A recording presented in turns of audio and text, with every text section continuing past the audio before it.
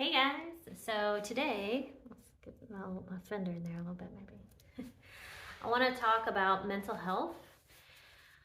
My cat Capo unfortunately won't be in this one. Usually she runs around when I'm at my bookshelf sitting down and rubs on me and loves on me and it's glorious, but she is currently sunbathing on the porch because it is cold today.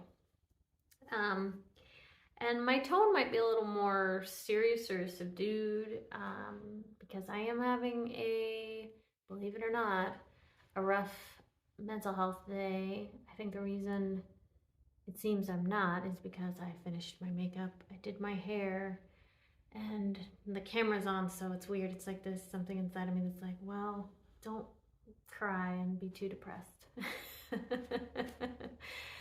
Ha. But I just feel like there's so much that needs to be said. I feel like there is a collective buzzing currently because there's a lot going on. And there's a specific incident that happened that I'm sure a lot of you know if you watch the news about Ellen DeGeneres' DJ. And I'm not going to make that the main focus because there's a million other videos, and but it's very sad, and I just feel like maybe some things need to be addressed. I am not a mental health professional. I'm just someone who struggles with mental health issues and have done a ton of research and read so many self-help books and have done so many different healing modalities to try to just keep my head above water and to help others. And I think that's my first point, and I have not scripted this out. I'm hoping I'll reach all the points that are in the back of my head. Is that I think people are usually very surprised when public figures who often emit light and positivity. Gosh, I'm getting emotional. I can feel myself, so if I do cry, I was gonna apologize, but then that's one of my other points, which I actually might segue into real quick before I go back to that, is that crying in public is okay. There's no weakness to crying, especially for my males on here, which actually I think my audience is a majority of men, which I love. But I want you guys to know, I don't know why we indoctrinate boys from such a young age to believe that crying is for girls or sissies or whatever. But no, it's not true. You're a human. You're not an AI walking around without tear ducts and not having emotions. That is what robots are for and computers, but we aren't that way. The good Lord made us with feelings, so feel your feelings. That's the only way we can process and move through them, actually, is to feel them and cry and get sad and do all the things to just get it out. Maybe it's journaling, maybe it's praying and meditating, and maybe just self-soothing in some way, getting a blanket and hot tea, whatever. There's a myriad of ways. But I don't think crying is a bad thing. And I don't want to say the normalized thing because that's sort of the cliche now. Normalize this, normalize that. But make it acceptable in society so you don't feel like you're going to be excommunicated. If you cry in the workplace, if you cry, out and about at the grocery store or something. I've cried in front of many a boss, and I think I've lost all those jobs. That's funny. But I was just being myself. I think the whole you can't cry in the workplace thing is so bizarre to me. It's like, okay, so when I'm a human from these hours, then I'm a cog in a machine from these hours, and then I'm a human again. When I go home, I can finally cry in my bathtub with my glass of wine or whatever. That is ridiculous. So how do we fix that? I guess one of us at a time. Myself, I'm one of the first ones to go and crying in the boss's offices. So let's lead the charge. It makes people super uncomfortable. Oh, and I forgot to put my phone on Do Not Disturb mode. Sorry. So now I might be getting text messages. I wonder if I can fix that real quick. All right, and we're back. So that was my second point, is feeling your feelings and not being ashamed to cry and process them.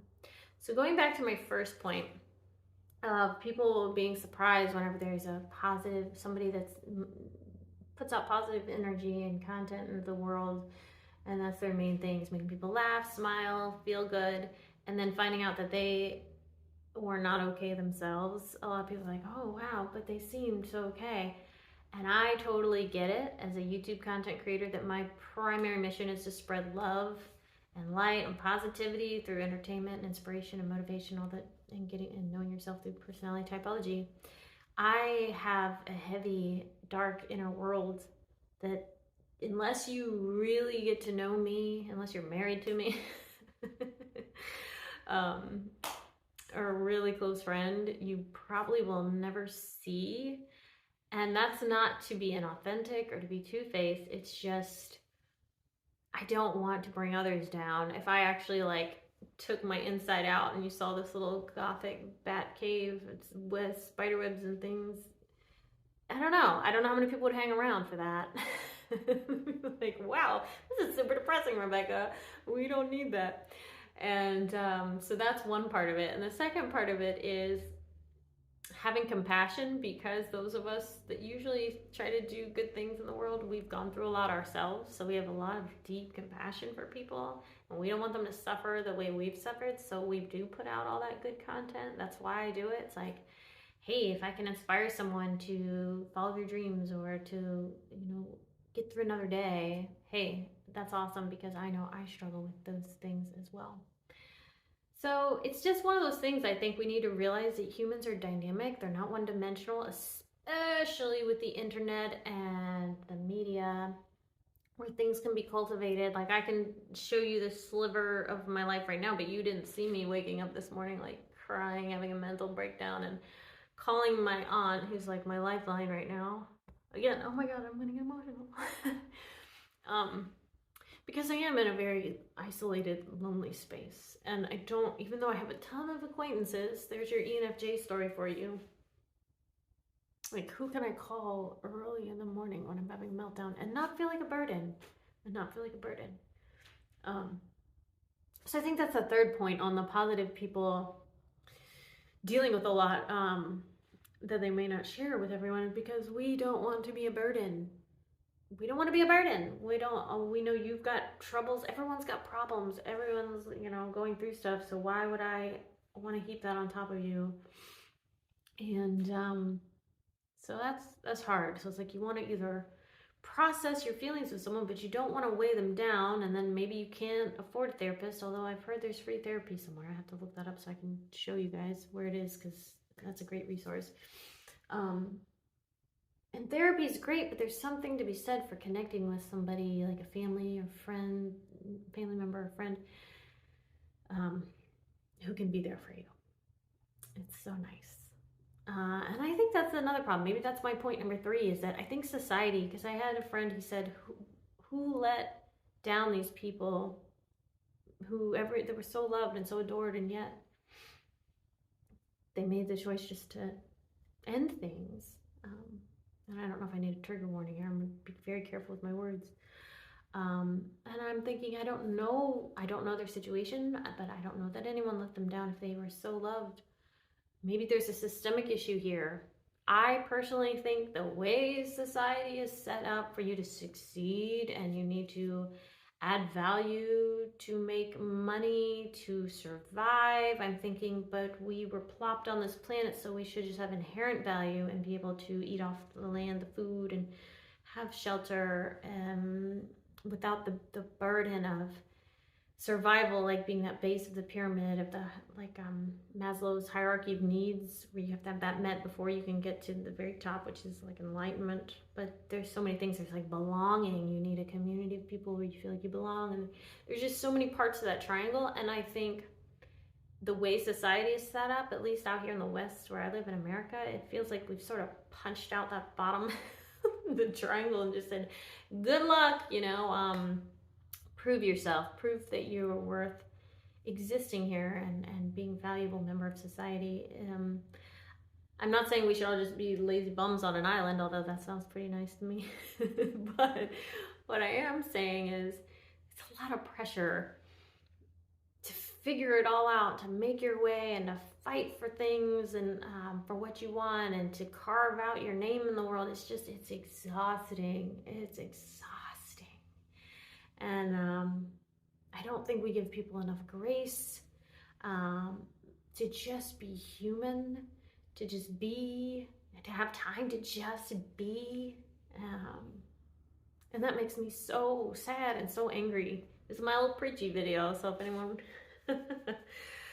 And I don't know how you guys feel. I'd love to hear your thoughts on this too.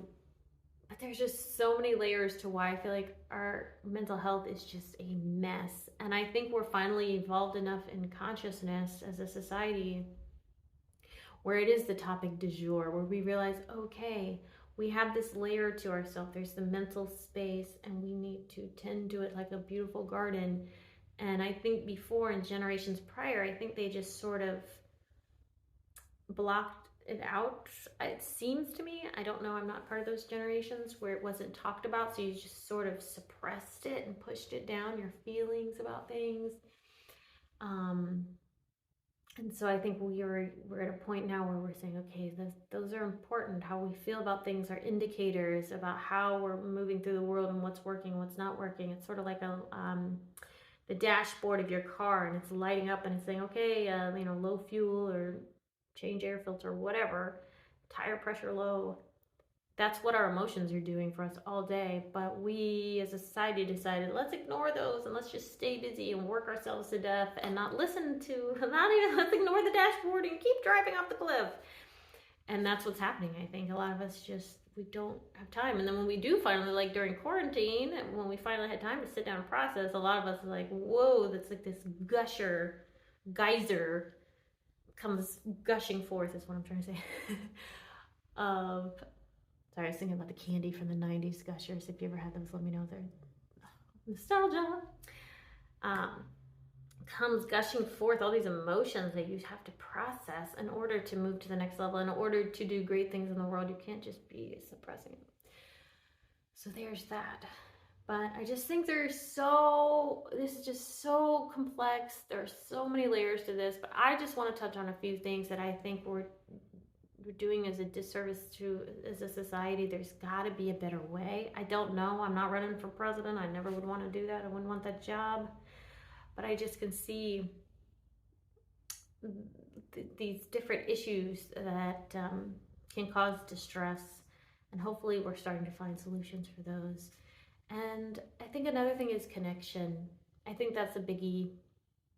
I think when people feel isolated or they don't feel important or they're not connected and belonging, I know that's where a lot of addictions stem from. And I just think it's so huge for us as humans. Like we need each other.